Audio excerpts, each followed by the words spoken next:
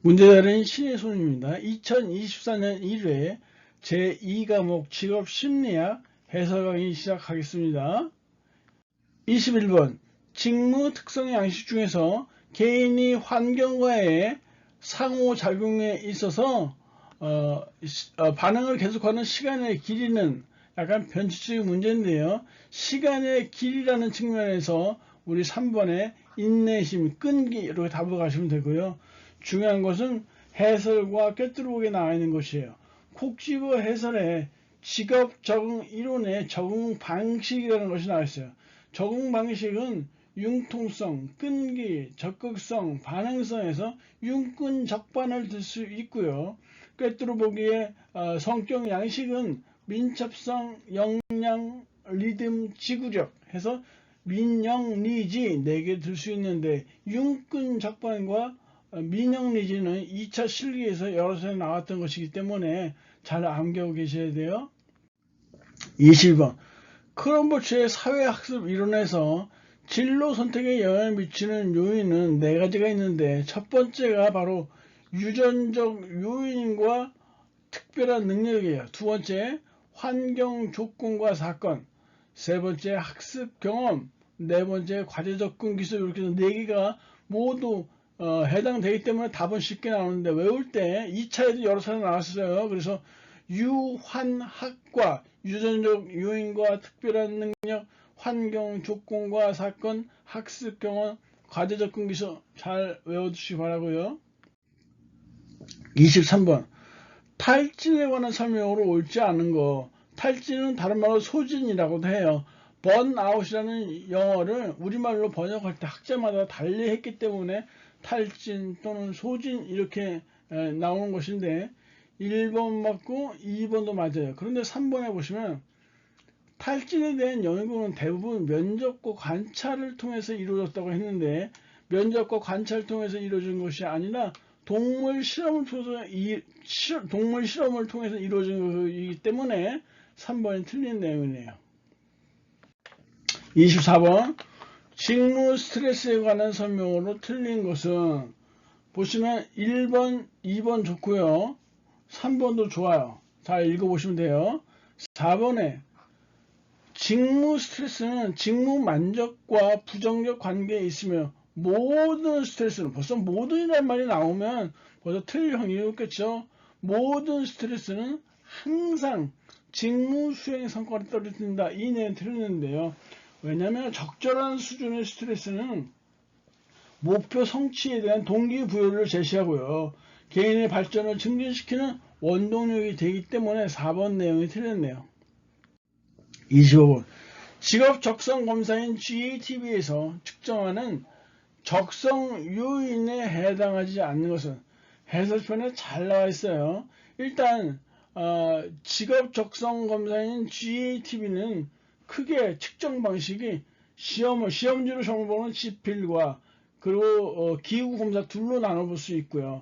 이 지필 시험에는 기구 대조 검사와 형태 대조 검사를 통해서 바로 형태 지각이라는 적성 요인을 측정할 수 있어요. 두 번째, 명칭 비교 검사를 통해서 사무 지각을 이렇게 측정할 수 있고 타점 속도, 표식, 종선 기입 검사 등을 통해서 운동 반응을 측정할 수 있어요. 그 다음에 평면도 판단 검사를 통해서 공간 판단력을 측정할 수 있네요. 입체 공간 검사, 어휘 검사, 산수 추리 검사를 통해서 지능 검사, 그리고 공통적으로 지능 검사 측정하고 공간 역성, 언어 능력, 수리 능력을 측정할 수 있어요. 그리고 기구 검사에서의 환치, 회전, 조립, 분해 검사 등을 통해서 손의 기교를 측정할 수 있단 말이에요. 그래서 해당하지 않는 것은 기계의 적성이 답이 돼야 되겠네요. 26번 고트 프레드스에 제시한 직업 후보 발달 단계가 아닌 것은 나와 있는데 고트 프레드스 벌써 남자는 확 나죠? 그래서 고트 프레드스 하면 이렇게 외우시면 돼요. 힘과 크기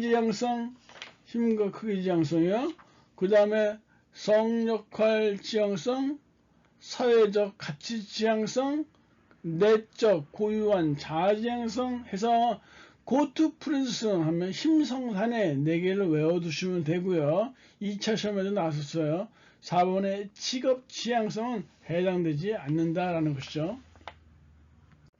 27번 진로 발달에서 맥락주의에 관한 설명으로 틀린 것은 1번 행위는 맥락주의의 주요 관심 대상이다. 맞는 내용이에요. 2번에 개인보다는 환경의 영향을 중시한다 했는데 개인과 환경의 상호작용을 중시해요. 그래서 2번 틀렸어요. 3번, 4번 모두 맞는 내용이니까 2번이 답이 되어야 되겠죠. 28번 파슨스가 강조하는 현명한 직업 선택을 위한 필수 요인이 아닌 것은 파슨스의 직업 선택 3요인이 있는데 첫 번째는 바로 자신에 대한 이해예요. 그래서 1번에 자신에 대한 이해에 맞는 것이고, 그리고 두 번째는요 직업 세계에 대한 이해예요. 3번에 나와 있는 직업 세계에 대한 인식, 요거 맞는 거고요. 그리고 자신에 대한 이해와 직업 세계에 대한 이해가 돼 있다면 이 자신과 직업 세계를 합리적으로 연결해서 현명한 선택을 해야 된다는 것이죠. 그래서 1번, 3번, 4번이 맞는 내용이고 2번이 틀린 내용이에요. 29번 스트레스의 원인 중에서 역할 갈등과 가장 관련이 높은 것은 1번의 직무 관련 스트레스 원이 답이 되겠네요. 직무 관련 스트레스 원에는 해설편을 보시면 과제의 특성, 역할 갈등, 역할 모호성, 역할 과다나 과소 등이 여기에 해당되어지는 것이에요. 그래서 1번 답이고요. 30번 사회학습 이론에 기반한 진로 발달 과정의 요인으로 다음 사례와 밀접하게 관련이 있는 것은 아까 우리가 크롬볼츠의 사회학습 이론 우리가 유한학과 이렇게 4개를 외울 수 있었단 말이에요. 그 중에서 과제 접근 기술은요 새로운 환경을 이해하고 대처하는 데 필요한 능력, 이것을 길러주는 것이 바로 과제 접근 기술이에요. 지금 제시된 내 박스 안을 보시면은 새로운 업무를 수행할 때 기존의 업무 수행 방법을 수정해야 한다고 했잖아요. 그래서 이 새로운 환경을 이해하고 대처하는 능력이 필요한 경우 과제 접근 기술과 밀접한 관련이 있다. 31번 크롬볼츠의 사회학습 진로 이론에서 삶에서 일어나는 우연한 일들을 자신의 진로에 유리하게 활용하는 데 도움이 되는 기술, 우연한 일들을 자신의 진로에 유리하게 활용하는 데 도움이 되는 기술을 5개를 제시하고 있어요. 첫 번째가 호기심이에요. 두 번째가 인내심이고요. 그 다음에 융통성, 낙관성, 그리고 위험 감소. 크롬볼츠는 이렇게 5개를 제시하고 있어요. 우연한 일들을 자신의 진로에 유리하게 활용하는 데 도움이 되는 기술, 호인융락이, 호기심, 인내심, 융통성, 낙관성, 그리고 위험 감소, 이렇게 5개예요. 그래서 2번에 독립심은 해당이 안 되겠죠? 32번 직무에 대한 하위 개념 중에서 특정 목적을 수행하는 작업 활동으로 직무 분석이요. 직무 분석의 가장 작은 단위가 되는 것은 무엇이냐? 2번의 과제예요. 그냥 단편적으로 이렇게 딱 외워두시면 되겠죠. 33번에 직업 상담 장면에서 활용 가능한 성격 검사에 관한 설명으로 오는 거. 1번에 특정 분야에 대한 흥미를 측정한다 했으니까 1번은 분명히 흥미 검사와 틀림없어요. 2번에 어떤 특정 분야나 영역의 숙달에 필요한 적응력을 측정한다 했으니까 이거는 적성 검사가 맞겠죠. 3번, 4번이 모두 성격 검사는 성격 검사인데요. 지금 4번에 보시면 비구조 과제를 제시하고 자유롭게 응답하도록 하여 분석하는 방식은 성격 검사 중에서 투사적 검사에 해당되는 것이에요. 성격 검사 중에서 투사적 검사고요. 3번은 성격 검사 중에서 바로 객관적 검사예요. 이런 차이가 있는데 4번은 그 예가 틀렸어요. 이런 투사적 방식의 웩슬러 검사가 있는데 웩슬러 검사 아니에요. 웩슬러 검사가 아니라 로샤 검사, 주제 통각 검사, 문장 완성 검사 등이 바로 4번에 해당되어져요. 로샤 검사, 주제 통각 검사, 문장 완성 검사 등이 여기에 해당되어지고, 이 웩슬러 검사라는 것은 바로 지능 검사에 해당되어지는 것이니까 4번 틀렸고, 그래서 틀린 거예요. 3번이 이렇게 정답이 되어야 되겠네요. 34번에 소의 양상의 개념에 관한 설명을 틀린 것은, 소의 양상 개념은 4가지가 있어요.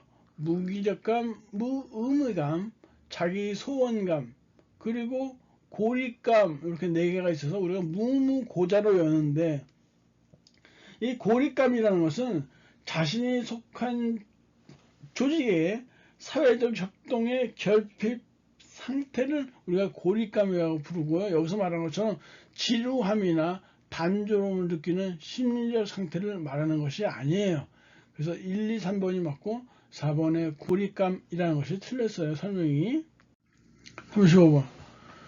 최대 수행 검사 중에서 적성 검사와 성취 검사를 구분하는 기준으로 가장 적합한 것은 무엇이냐?